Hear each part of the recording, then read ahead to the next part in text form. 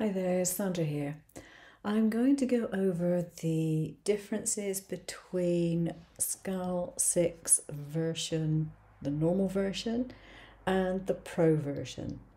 To be perfectly honest, unless you are a business user, the chances are you probably do not need to have the Pro version. There are certain advantages, but they're not absolute necessities and you can get around most of it pretty easily. I'm going to refer to a document which is made by a friend of mine, Sandy Macaulay, and this goes through the various features of Scal 6, the Pro features. Now, I will link the file below so you can actually look at it and you can read it for yourself. But I thought I'd go through it so that I can help explain what you might or might not think things are. Okay, so it says that note that regular Scal 6 and Scal 6 Pro, she's left the L off there. I'll have to tease her about that, have all the same features with the exception of the items below. In other words, you do everything the same way. You trace images the same way. You've got pretty much the same effect features. There are a few which are different in Shortcut Slot 6 to Shortcut Slot 5 because there were some additions, and there are a few that are only in the Pro version, but not very many. Now the first one, which is going to affect all you vinyl cutters pretty much, the only people it's like to affect, is the ability to cut longer than 72 inches. Now we are talking about people who are using cutters which are controlled by Shortcut Slot, not Cricket's and Brother machines. Cut order control. You might think that if you don't have cut order control because you don't have the Pro version, you don't have any control over how things are cut. Well, actually you do, because Shortcut Slot, all the versions have got layers in them. And you can switch off, you can hide layers, so you can send layers individually to your cutter. Now, the way that you have to do this, if you are using something which needs to be in a specific position, is quite simple. You need to set your cutter to what you see is what you get. So instead of going from the origin point or the center point, which can be quite useful in some cases, you want to use this one. And then you set your origin point to the bottom left if you've got a Juliet or a Romeo, and then everything will still cut in the same position that you've got it on your screen. It's just that it will cut at different times. Okay, so you can do it that way. Now, the other thing that the Shortcut Slot 6 has got, which version 5 did not, is a score function. So even without the cutting things by color or cutting it by any other means, you have the ability to set your lines to 2 different power settings or 4 settings, speed settings, whatever it is. You just have to assign it to the score. So that could be a lighter touch for scoring lines with a blade, or it could be a line that gets cut through but is for a lighter material, so therefore a lighter pressure. So there are ways around this, okay? Now let's just cancel that so I can go back to here. But if you've got the Pro version, there are other means of cutting it to an order of your specification. There are more modes of it. Okay, cut settings by layer. Again, this is not one that is supported in the standard version of Shortcut Slot, but you can control that by switching your layers on and off. If I hide my layer, it's not going to cut it. So I have that control. And the best thing that you can do for your designing, if you do not want to buy a pro version of anything or a designer version of anything, is to learn from the get-go to design in such a way that your images can be cut, because they are grouped together, they are easily separated or easily collected in one go. So that might mean by assigning colours, just so that you can see that the different colours are there, and then you select each one and group it. Or it might be by hiding things and then grouping what remains and then having everything show up again. There are ways around it, and it's easier to do it in the design than it is to try and mess around with it once you've got everything higgledy-piggledy and nothing is grouped and whatever. Good designing saves you from a lot of that aggravation. Right, weeding and weeding boxes. Now, they have internal cut lines that you can use as well. So for example, you have thin here, no weeding apart from a border. Okay. But then you've got lines which are going across and lines which are going down, which it will automatically put in according to what you select here. And you just click on the image and say, right, I want one there, one there, one there, whatever. Now, it's automatic, but there is nothing to stop you from doing this to your own designs if you need to. I wouldn't necessarily bother with doing sort of multiple lines through the center of things if it was really big stuff. But if you were doing very small stuff, sometimes it's easier to do it in very little sections, because if you've got tiny bits, they tend to pull up a bit easier and you can lose them. If you've got very large stuff, if it's cut properly, the chances are you can weed it quite easily. So that's one that you might or might not want, but unless you're doing an awful lot of vinyl, you can get away without it. The next one falls under that category as well. Tiling, splitting up a design that's too large for the cutter to cut, or too large for the paper medium that you have, or whatever it is. So this is self-explanatory. Unless you're doing a lot of large designs, the chances are you really don't need that either. Duplicate cutting, extras. Now this makes it sound as if you can't duplicate things in Shortcuts a lot. You can, easily. I can show you quite easily. Let's set up a new project. Here we go.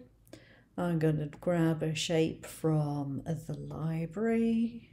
All right. And let that go. Now let me see. Object. Where is it? Okay. So if I copy it and paste it, I can do an autofill. So copy. And okay, the autofill doesn't come up in there, it comes up here. Paste autofill, and it will do the whole page. You know, you can repeat. You can also do copy and paste rotated, copy and pasted according to a number of lines in a grid. There are various options, so it's not as if you cannot duplicate. You can very easily. I don't think I have ever used this type of duplication. I duplicate it in the file. Sometimes you might decide that you want to use it, I guess, but it's not necessary for most people. I would imagine if you are a pro user with a business, you might have a particular file and you just want to keep the file sizes down, so you don't want to have loads of stuff in a file. But other than that, I really don't see a problem. Now, cut by colour. Again, this is one that you can get around if you design your files well in the first place. So I'll show you what it is like. When I go back to this handbag box, if I go to cutter, cut by colour, and I then have this menu and I can switch things off, so it's only going to cut one thing if I want to. You can also do it by choosing to cut selection only. So I could choose that one there and Hang on, I've got to work out which one it is. Yeah, that one there. And I can go to cutter and I can cut selection only, and it's still going to cut those.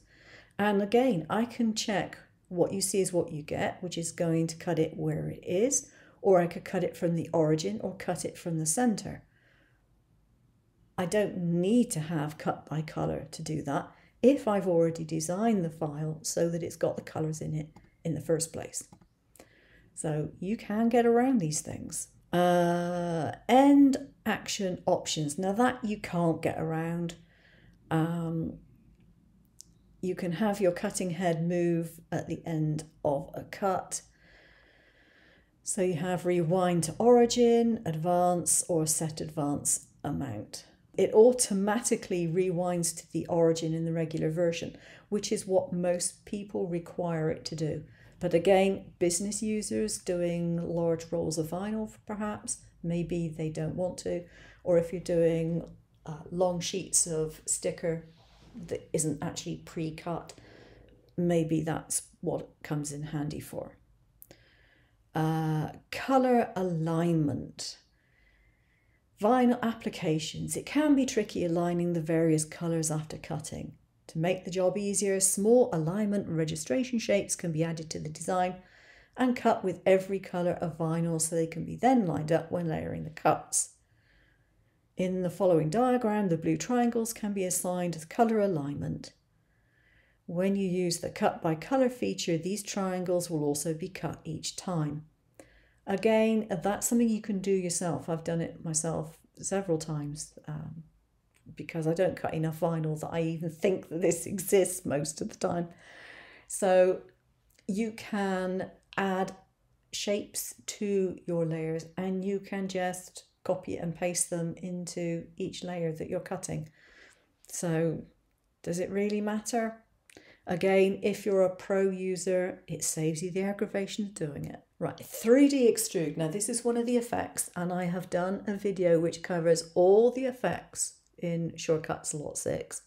I think there's something like 25, 26 effects. This is a 3D extrude, and this one is only in the pro version.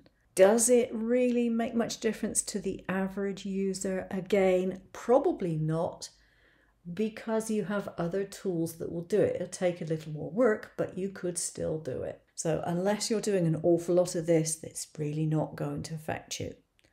Barcode generator. I've never had to generate a barcode in my life. It is one of the effects that I have covered. I couldn't test it out properly because I don't have a barcode reader. I have no reason to have a barcode reader. But obviously this is for business use, and if you do generate barcodes, then that's going to be useful for you. Importing DXF and PLT files. Again, nothing I've ever had to do. Exporting files as PLT. Note that in some of the cut settings, windows for cutters with USB flash functionality, such as SkyCut, StarCraft Solo and Siser cutters. I always want to say Siser.